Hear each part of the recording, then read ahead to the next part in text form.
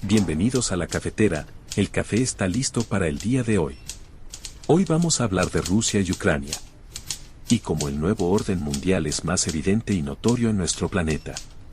Empecemos. El 2 veces secretario de Estado de Estados Unidos y ganador del Premio Nobel de la Paz, Henry Kissinger, ha dicho durante décadas que incluir Ucrania en la OTAN es una mala idea.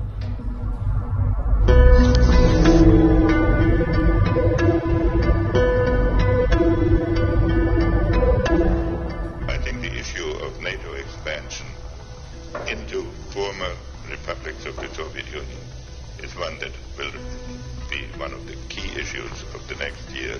I was opposed to taking in Ukraine and Georgia, which isn't happening now anyway, because I believe the position of Ukraine is so sensitive vis-a-vis Russia. So much of Russian history is tied into it.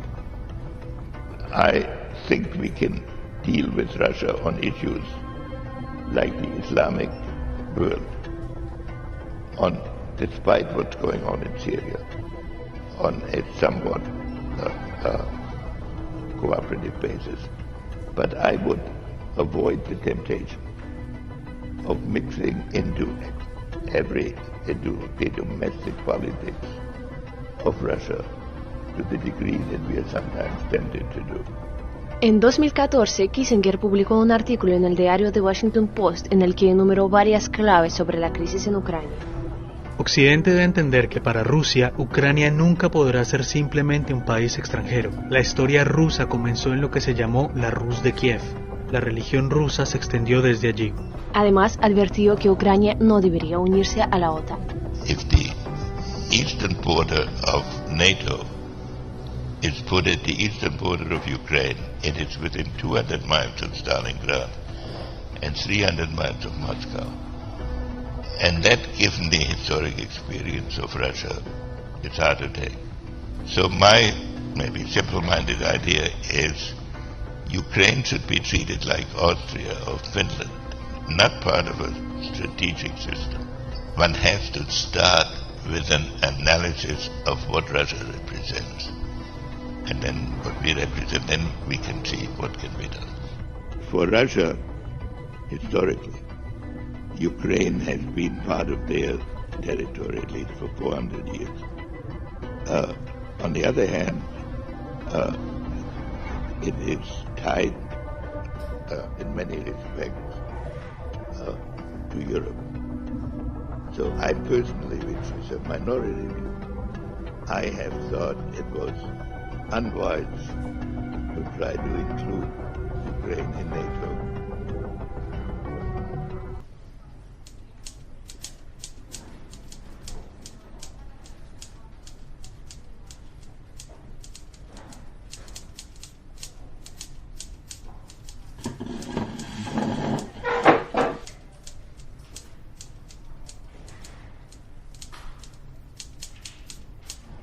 The question that we ought to be asking ourselves is, why did NATO even exist after 1990?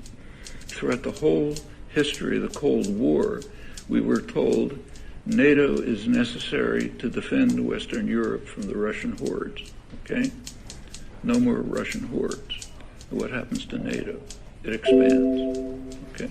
It expands to the east. Its mission changed. Its official mission now is not to defend Europe from the Russian hordes, it's to control the global energy system, sea lanes and pipelines, and to serve as a U.S.-run intervention force. Well, you know, we're all educated intellectuals. We can now ask a question: what was the nature of the propaganda we were fed all those years? I mean, if NATO was there to defend the West from the Russians, why is it now expanding right to the borders of Russia, becoming a global U.S. intervention force, protecting sea lanes and pipelines and so on? What that tells us is all the talk about the Cold War was just a pure lie, and there's plenty more evidence for that, which we can go into. Educated intellectuals don't pursue this line of thought, but it's a pretty obvious one. Well, going on to Ukraine, Mearsheimer's point is that for any Russian leader, whoever it might be, you know, Mahatma Gandhi, Ukraine is right at the core of their geostrategic concerns. For Ukraine to be taken into NATO, which is what is repeatedly threatened, would be a very serious threat to Russian security, quite apart from historical interests, which go way back, the origins of the Russian Empire, in fact. So yeah, you can give arguments against Russian interference in eastern Ukraine after the coup that took place there, but it's a complicated story, and the West is not without its significant initiatives there.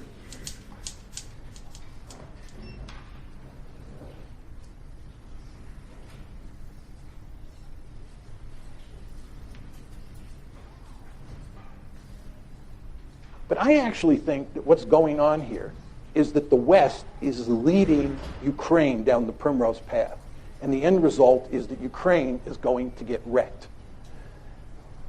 And I believe that the policy that I'm advocating, which is neutralizing Ukraine and then building it up economically and getting it out of the competition between Russia on one side and NATO on the other side, is the best thing that could happen to the Ukrainians. What we're doing is encouraging the Ukrainians to play tough with the Russians. We're encouraging the Ukrainians to think that they will ultimately become part of the West, because we will ultimately defeat Putin and we will ultimately get our way. Time is on our side. And of course, the Ukrainians are playing along with this. And the Ukrainians are almost completely unwilling to compromise with the Russians and instead want to pursue a hardline policy. As I said to you before, if they do that, the end result is that the country is going to be wrecked. And what we're doing is, in effect, encouraging that outcome. I think it would make much more sense for us to work to create a neutral Ukraine. It would be in our interest to bury this crisis as quickly as possible. It certainly would be in Russia's interest to do so. And most importantly, it would be in Ukraine's interest to put an end to the crisis. Thank you.